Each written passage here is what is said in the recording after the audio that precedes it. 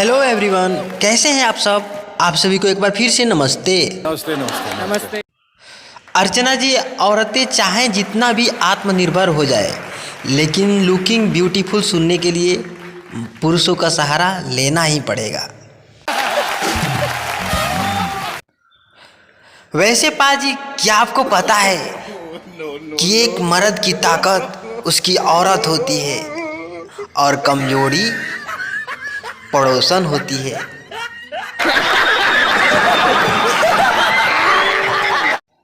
दोस्तों, आज मैं अपने भैंस को 2 घंटे तक नहलाया और वो फिर जाके कीचड़ में लेट गई। मुझे गुस्सा तो बहुत आया, लेकिन बाद में फिर सोचा, ओह ये तो फीमेल है, बिना मेकअप किए हुए कैसे रह सकती है।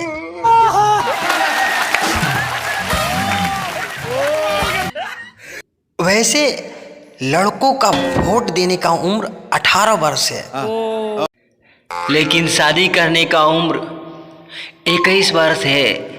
इसका मतलब सीधा सीधा ये है कि पूरा देश संभाल सकता है, लेकिन खुद की बीवी नहीं।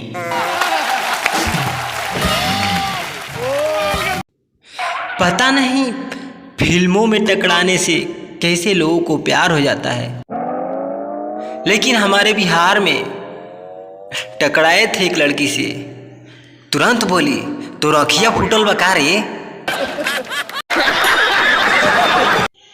और एक छोटा सा शायरी बोलूंगा, जरा गौर फरमाइएगा। अरे क्या हुआ जो उसने रचा ली मेहंदी, मैं भी सेहरा सजाऊंगा। अरे क्या हुआ जो उसने रचा ली मेहंदी, मैं भी सेहरा सजाऊंगा।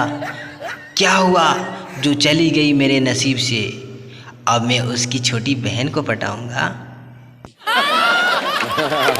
सही है, अच्छा है, सही है। अर्चना जी, एक बार मैं कुंभ के मेले में गया था। एक पति पत्नी साथ साथ मेला घूम रहे थे।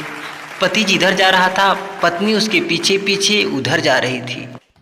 तो पति हाथ जोड़ के भगवान से कहने लगा, हे प्रभु न्याय करो, हे प्रभु न्याय करो। कुंभ के मेला में हमेशा भाई भाई को बिछड़ते सुना है, कभी पत्नी पे भी ट्राई करो।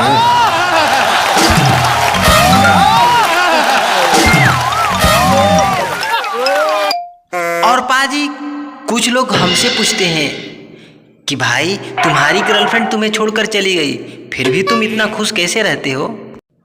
उन लोगों से आज कहना चाहूँगा कि वो गर्लफ्रेंड नहीं थी, देवी थी, साक्षात देवी।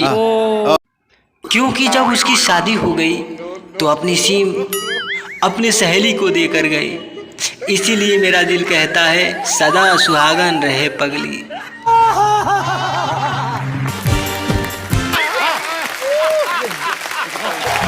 सही है।